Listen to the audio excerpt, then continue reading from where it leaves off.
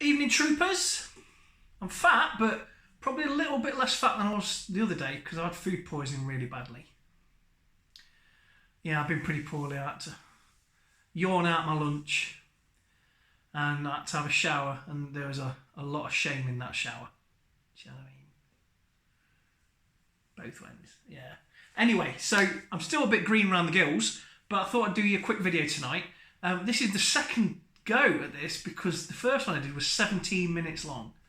None on you are going to watch a video that I've made that's 17 minutes long. I wouldn't watch a video of me that was 17 minutes long, so you aren't.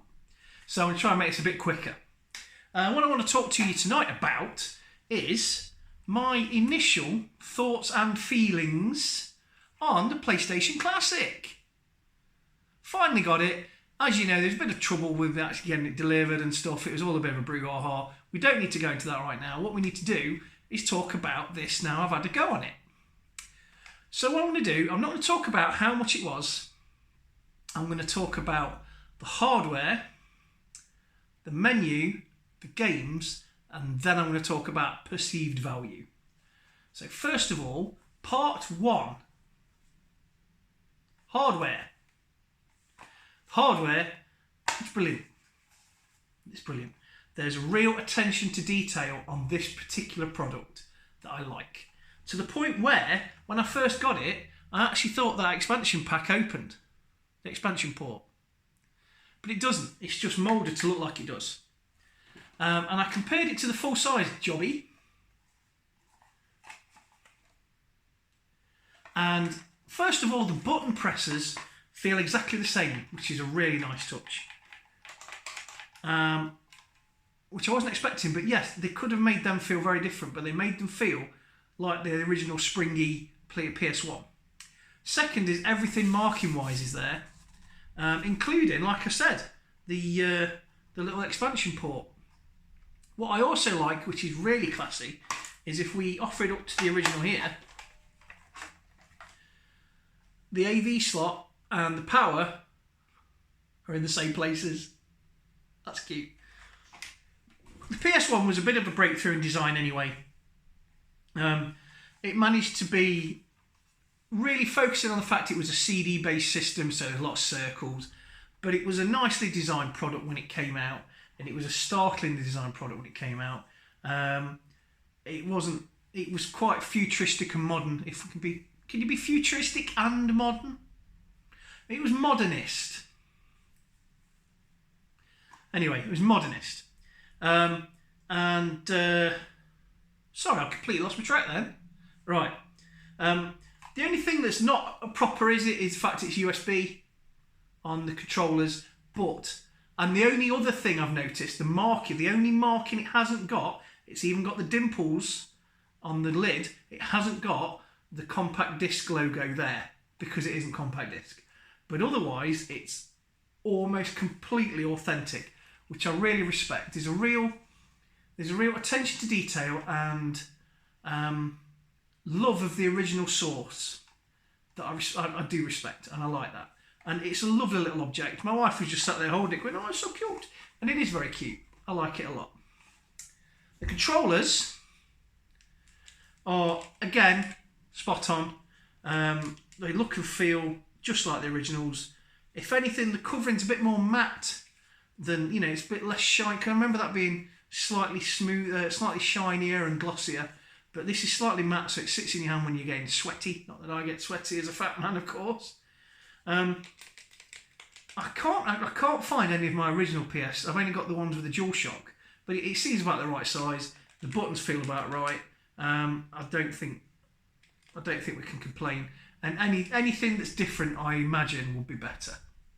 Any changes they have made are as a positive rather than a negative.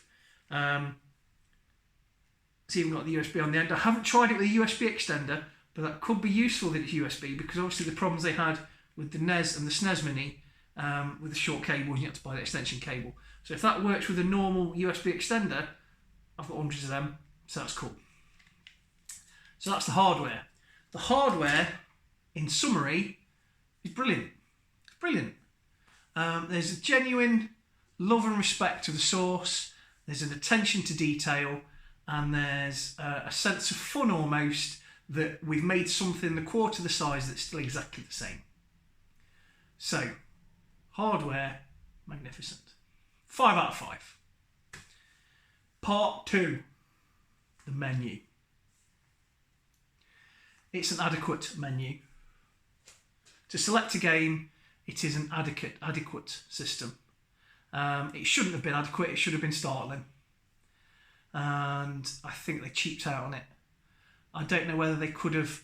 What I thought they should have done is, you know, when you used to go on your PS1 and you had the memory card blocks and they had the icons for the game, that's how I think they should have done it, as if you were accessing your memory card.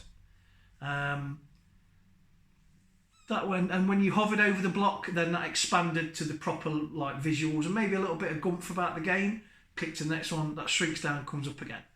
I think the way they did it was a bit, oh, that'll do. Be right. Whatever the Japanese is for, oh, be right. I don't think they have that, do they? Can you imagine trying to explain, oh, I'll be all right, to a Japanese person? I know I'm not being racist or stereotype, but my understanding is they when they work, when they're focused on a task culturally, not racially, culturally in Japan, it's a sense of pride to make it as good as you can be. So having to explain, oh, someone else will fix that, don't worry, to a Japanese program, I imagine would be quite a difficult task. But in this particular situation, I'll be right, sums up that menu. Bit disappointed. 2 out of 5. Part 3. Games. I like the games on it. Yes, I like the games on it. And there's a couple, everyone has got a couple of games they wish were on it. For me, I would have loved to have seen, I'm going to hold that up more. I would love to have seen Medal of Honor on there, because for me, PS1 was Medal of Honor. And Gran Turismo 2.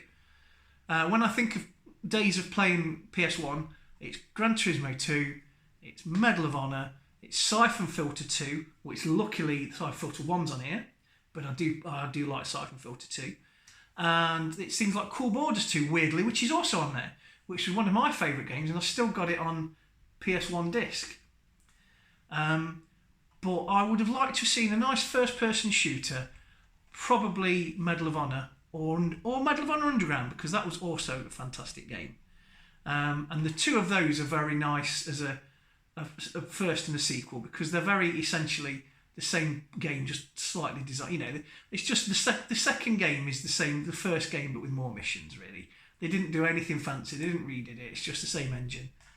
Done the same. It's just, that makes no sense, does it? Just ignore the last 20 seconds, because I've had food poisoning, green around the gills. What I'm trying to say is, it's essentially one game over 2 parts. So, yeah, the rest of the choices I think are fair enough. The original Grand Theft Auto, nice touch. I personally prefer GTA London, but I know a lot of people like the original. It's virtually the same thing, so yeah, that's cool. And then Intelligent Cube, which I seem to remember as being called Crushy, or Cruchy, but that could be old age and senility. But that's a weird game, and I remember I didn't have that when my housemate did, because I had an N64 and he had a PS1, and then I had a PS1, and then anyway, so yeah, we had that, and it's like being in a nightmare, because you're like a normal person in like jeans and a t-shirt on this horrible esoteric floating platform with huge blocks coming at you, and then if you get it wrong, you just plunge into infinity. It's terrifying, but it's a good game as well. And then Tekken 3, I had to go on Tekken 3 as Eddie, and I got to like level 7, match 7, without losing. So I must be amazing secretly at Tekken 3. Everyone's got to have a talent, haven't they? Looks like mine's Tekken 3 as Eddie. But I know that there are a lot of people out there who are disappointed with the game's choices. And there are some big titles that they should have. Like, for me, I think of PS1 as Medal of Honor and Gran Turismo 2. A lot of people think of, like, Tomb Raider or Silent Hill. Or they've got Resident Evil, which is nice. Director's Cut as well, which is nice. Because a lot of people got the original Resident Evil from the the updated version of the PlayStation Store. They gave it away last October. So that was a nice touch. You know, they sort of giving you something you might not already have. So I like that as well. But yes, there are other games that should be on there that aren't. I suspect that's pure for A, licensing, and B, processing power.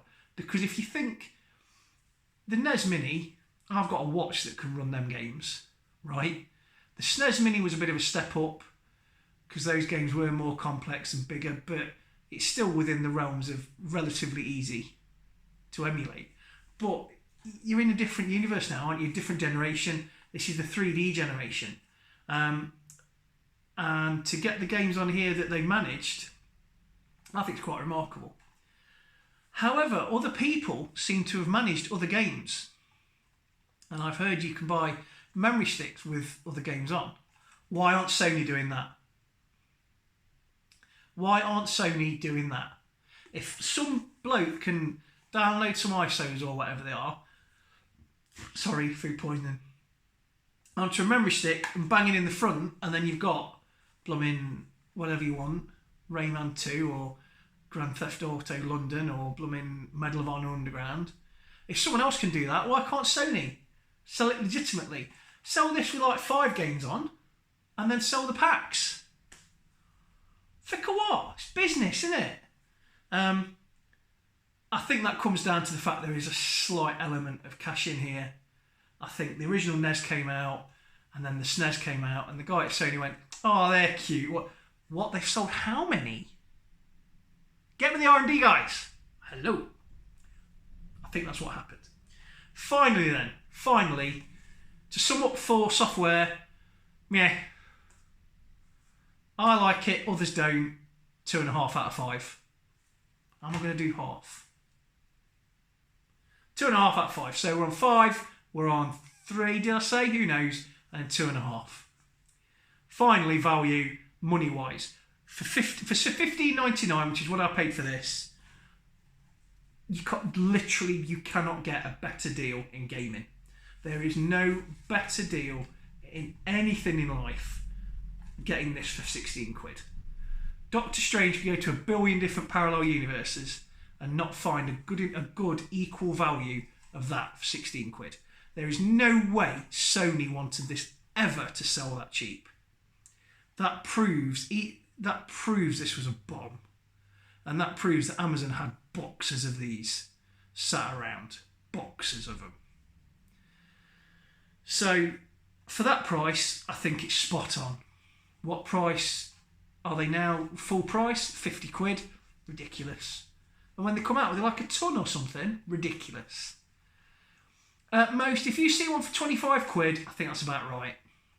I think Sony are probably making a bob there. You're getting a decent product for a decent price. They're wetting the beak, so to speak. I think that's fair. Anything more than 25 quid, they've just not made enough effort on the menus and some of the software. But that's just my opinion. I like the games, you see. Cool Borders 2 in particular, I was really, really addicted to. So to have that again, just on a Boom Boom, without having to load up the PS3, because that plays PS1 games natively, you remember? Or the PS1, actually get that out and start messing with that. It makes it a much less of a hassle. So, in summary then, the hardware is brilliant. The menu's terrible. Software is seasoned to taste. You might love it, you might hate it. I'm actually quite impressed with the games.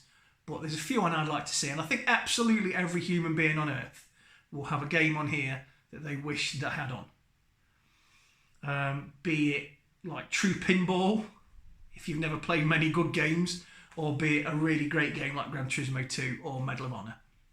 So, I would keep my eyes open, because I bet Black Friday these will be cheap again. You mark my words. This is a tubby prediction, Black Friday. If you missed out, these will be back at that price, because I bet Amazon didn't shift all the ones they had, and no way was this ever wanted to go for $15.99.